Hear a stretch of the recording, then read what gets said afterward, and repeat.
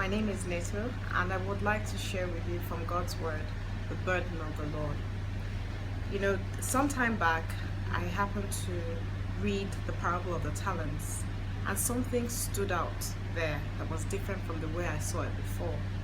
I saw that in Matthew 25, starting from verse 14, it talked about the Lord and His kingdom. He had people in His kingdom, and He called them together, and He said to them, listen, I'm going away and I want to give you talents.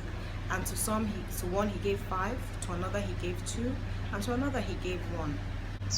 And so I often thought that the talents were all about things God has given to me to do on earth, my job, how to become the next big thing here on earth, how to dominate my environment. But one day I took a closer look and I saw it a different way, and I began to see those talents as an ability to be able to win souls for the Lord. And I found that the person who God gave the ability to bring in, he gave 5 talents, was able to bring in more, and I equated that to souls. And then the person He gave 2 talents was able to bring in souls. But I also looked at the person who He gave 1 talent to, and it made me look at a person who had received Christ and never shared it with anyone. He just kept it to himself.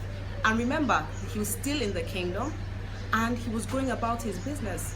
And it made me wonder that there are lots of us out there who have this word and have not turned to people to share this gospel, what God has given to us, with others. And it just made me wonder. There was something someone said to me one day that was so profound. And he said to me, when someone dies, everybody seems to cry and everybody's unhappy. But in the world today, we look around and there's so many dead people all around us. There are souls that haven't been saved. Their spirits are dead. And yet as Christians, we walk past this every day. Now, what happened to the person who had just one, who hid his talent? When the master came back, the master called him wicked. He called a son of the kingdom wicked. And he sent him out and cast him into utter darkness. That makes me wonder. It makes me shudder. And it makes me want to say to my, to do all I can every single day.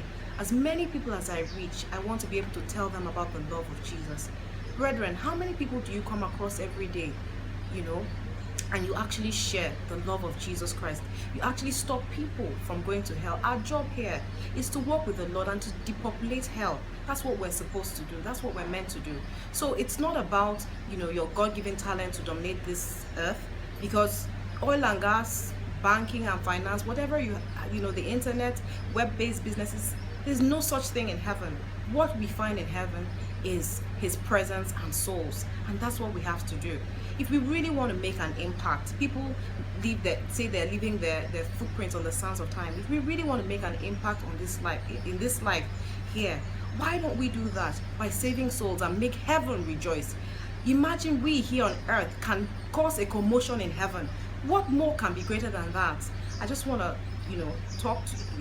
encourage you to go out there.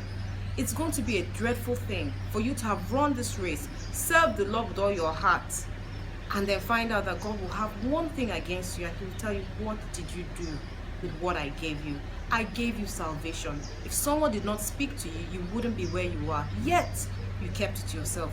Would you rather get to that point and the Lord will call you wicked? Think about it.